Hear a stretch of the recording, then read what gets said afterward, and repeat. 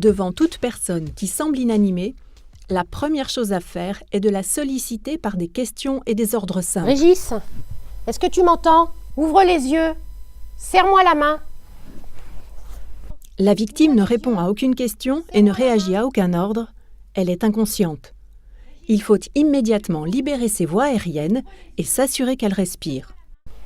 Didier, dépêche-toi, viens vite. Pour cela, basculer la tête de la victime en arrière tout en élevant le menton, ce qui va permettre le passage de l'air. La tête doit être maintenue dans cette position pour contrôler la respiration.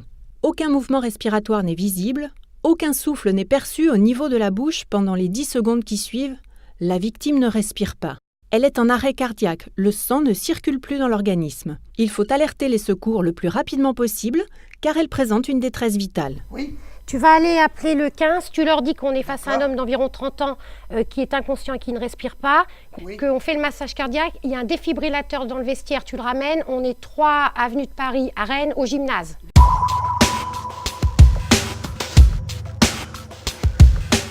Dépêche-toi, reviens vite.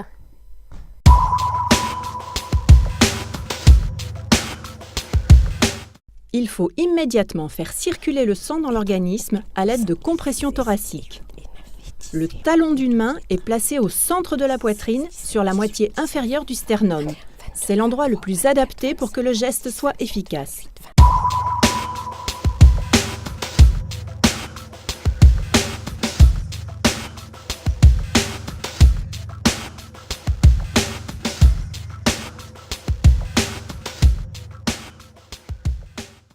La poitrine doit être comprimée fortement, environ 5 à 6 cm, et rapidement, de 100 à 120 fois par minute.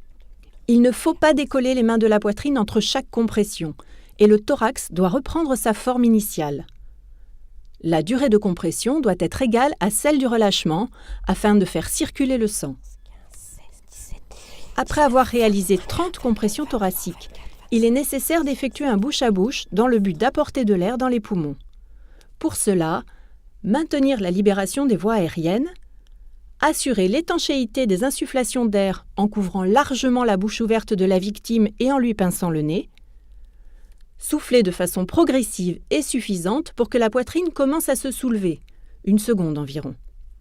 La durée totale de ces 2 insufflations ne doit pas excéder 5 secondes afin de ne pas retarder la reprise des compressions thoraciques.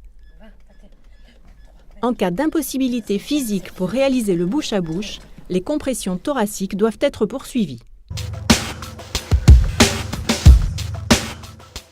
Le défibrillateur cardiaque analyse l'activité électrique du cœur et délivre un choc électrique si le cœur est en fibrillation. Il doit être mis en place dès qu'il est disponible, en interrompant le moins possible les compressions thoraciques. Ces défibrillateurs cardiaques sont utilisables par tous et accessibles dans les lieux recevant du public, par exemple les grands magasins, gares, aéroports, parfois sur la voie publique.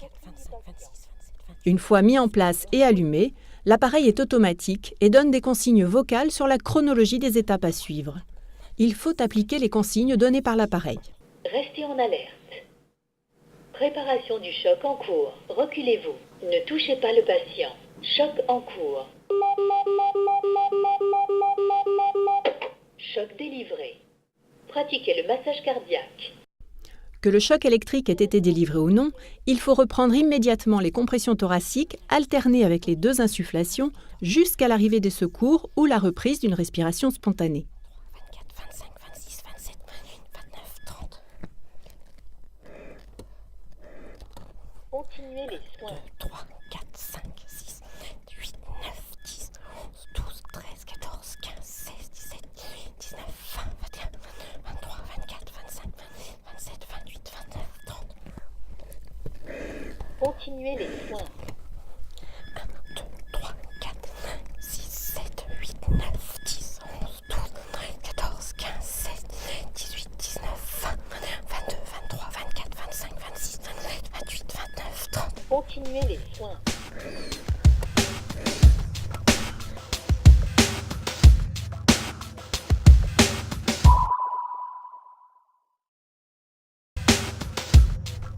Parfois, la victime présente des mouvements qui ressemblent à des mouvements respiratoires appelés gaspes. Ils sont lents, saccadés, sans efficacité puisqu'ils ne permettent pas le passage de l'air dans les poumons. Malgré les apparences, la victime est en arrêt cardiaque, il faut commencer les compressions thoraciques.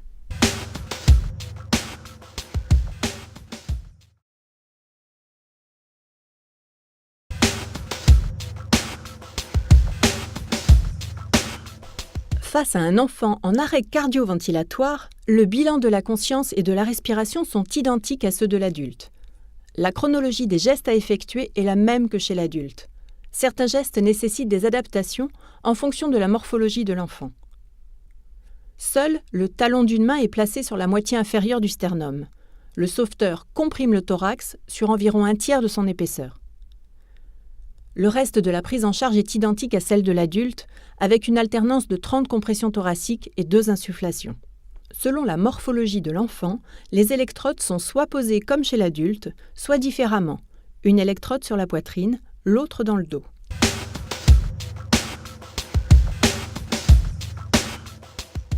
Face à un nourrisson en arrêt cardio-ventilatoire, le bilan de la conscience et de la respiration sont identiques à ceux de l'adulte. La tête du nourrisson est placée en position neutre, menton relevé. La chronologie des gestes à effectuer est la même que chez l'adulte, cependant, certains gestes doivent être adaptés. La pulpe de 2 doigts est placée dans l'axe du sternum, sur la moitié inférieure.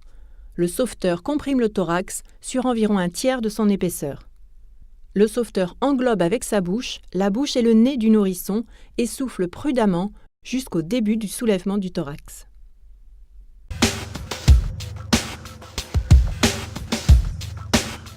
Il existe des cas particuliers. Parfois, il est nécessaire de raser une personne à l'emplacement de pose des électrodes pour une meilleure adhérence. Lorsque le témoin constate une bosse, stimulateur cardiaque, l'électrode située à droite du thorax de la victime peut être abaissée de quelques centimètres.